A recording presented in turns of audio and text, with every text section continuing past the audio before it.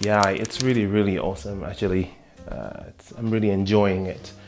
Basically, having one of these Leicas, the 3B, is really awesome for me actually, because lately I've been working more with more modern vintage cameras than this one, because you know, I've been working with the Practicas, Olympuses from like the 1960s, 1970s. So a lot of the things that actually you take for granted in those cameras that are quite old actually, compared to obviously the ones we have today, you start to appreciate them when you work with something like the Leica IIIb, such as this one.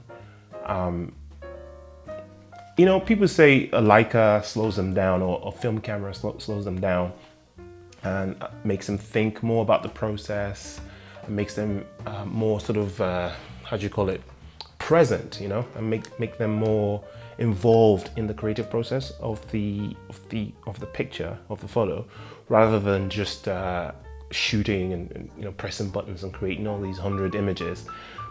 But with these older cameras, this one is from the 30s. I just find that there's some of the other things that you don't think much about. Say if you're working with something like this beautiful Olympus 35 SP, it's not just the shutter speed.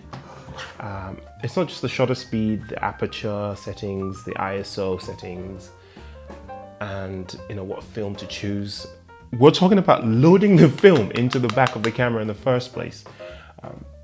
It's a massive issue. It's a bit of a quirk.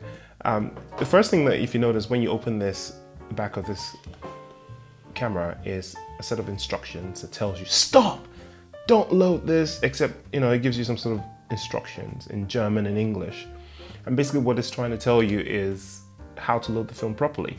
Now with the films that we have in modern times, they're already sort of trimmed to fitting the modern 3mm, 35mm cameras.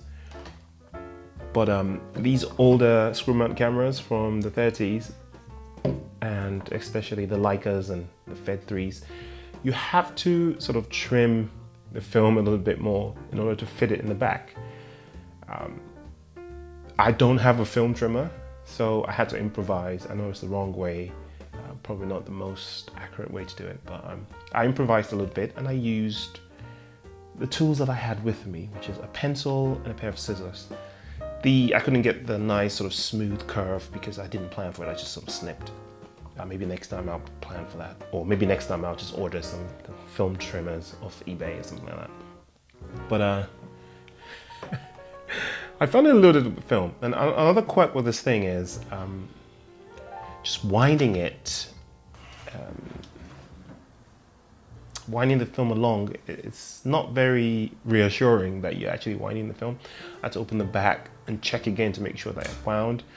So I must have wasted maybe 5 or 6 frames already trying to ensure that I've got this thing loaded properly. Now, the last time I had that was when I was testing my Fed 3 camera. So that's one of the things that I've dealt with so far. And like I do with most of my cameras that I test for the first time that I'm not even sure if they work or not, I ensure that I load them with very cheap film.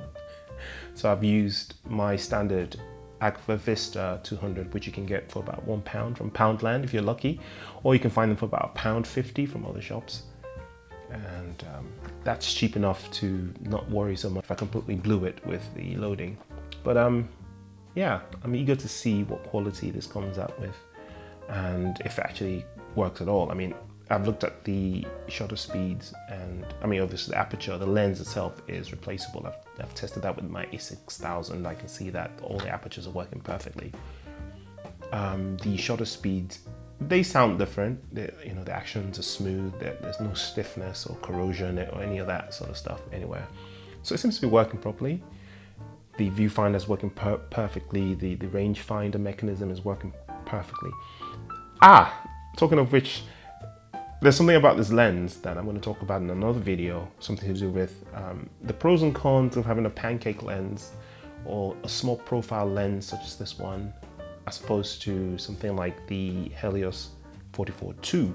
One last thing again with this camera is the way you set the shutter speed with which is similar to the way you set the shutter speed on the Feds and some of the Zorkis and some of the Zeniths, is that you have to have the camera cocked before you get the accurate shutter speed. Because when you press the shutter release button, the reading that you see on the shutter dial is not actually what it is. It's something different. You only get the accurate reading when you've already cocked the shutter speed. And finally, what I actually do like about the shutter speeds on these cameras of old is that you have the numbers that actually match the ISOs. In later cameras, again, like the SB, you get speeds of 1/125, 1/250, 1/500, and so forth. Here you actually get 100, 1/100 speed, 1/200 speed, 1/500 speed. So at least the 100 and the 200 ISOs correctly match the inverse, which is of the shutter speed, which is really handy for Sunny 16.